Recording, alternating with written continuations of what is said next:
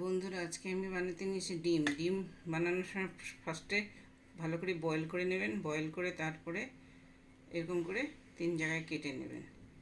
বিনা কেটে আপনি তেলে ছাড়বেন না। ডিমগুলোকে একটু একটু করে কেটে নেওয়ার পরে এখন আমি এটার মধ্যে একটুখানি হলুদ আর লবণ দিয়ে সুন্দর করে মেখে নিলাম। এটা এক রকমের ম্যারিনেট বলেও। তারপরে আমি এদিকে ফ্রাইং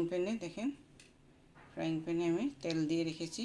তার মধ্যে একটা একটা করে ডিম ছেড়ে দেব।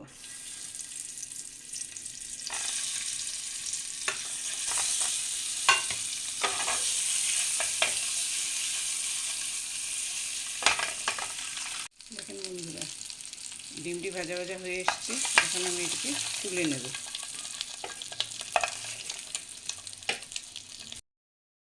এবার আমি অ্যাড করে দিলাম এর মধ্যে আলু। যেহেতু আমি ডিমের মধ্যে আলু দেবো, সেজন্য আমি আলুটাকে একটু ভাজা ভাজা করবো। ভাজা ভাজা হয়ে এসছে, কাঁচা গন্ধটা চলে গেছে।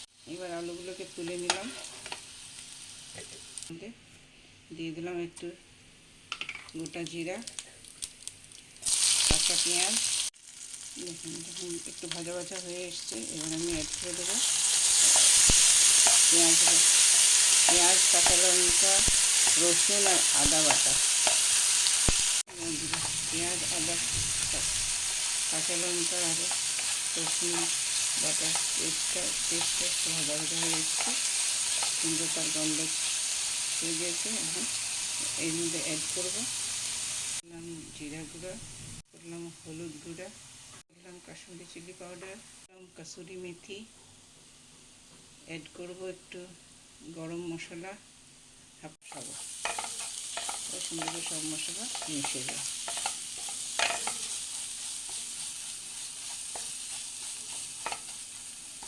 কাঁচা গন্ধ চলে যায়, সবার ভাজা হয়ে এসছে।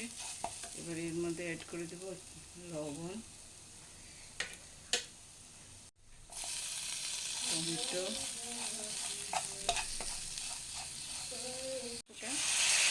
জল। যাতে ভাজা ভাজা হয় আর পুড়া না লাগে, সেজন্য একটু জল দিয়ে নিলাম। জল দিয়ে এখন একটু ভাজা ভাজা করব, যাতে টমেটোটা সুন্দর গলে যায়। বন্ধুরা, কি সুন্দর ফ্রাই হয়ে এসছে। টমেটোগুলো একটু সিদ্ধ হয়ে এসছে। এবার আমি এর মধ্যে অ্যাড করে দেবো এই ভেজে রাখা আলুগুলো। সাথে একটু সময় ভেজে নেব।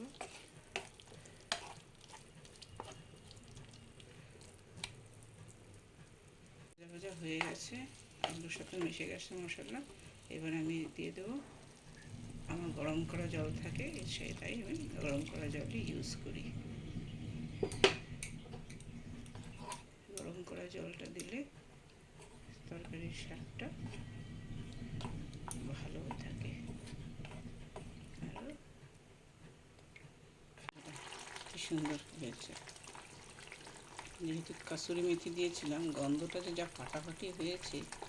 কসুরি মেথি দিয়ে কোনো সময় বানিয়ে দেখবেন তো। আমরা সাধারণত কসুরি মেথিটা সেরকম ইউজ করি না, কিন্তু বানালে কিন্তু ভালোই লাগে। আজকে যেহেতু আমার একটু সময় কম ছিল, তো আমি একটু কাসুরি মেথি ইউজ করে সুন্দর করে বানাই। এবার দিয়ে দিলাম ডিম। দেখেন আমার তরকারি হয়ে এসছে। এবার আমি এটাকে ঢাকা দিয়ে রাখবো। ঢাকা দিয়ে গ্যাসটা একদম কমিয়ে রাখবো। বন্ধুরা, এবার যারা যারা আমার ভিডিওটা দেখছে, যদি সবাই ভালো লাগে, তাহলে সবাইকে আশা করি সবাই আমার ভিডিওটাকে একটু সাপোর্ট করবেন আর সাবস্ক্রাইব করে দেবেন।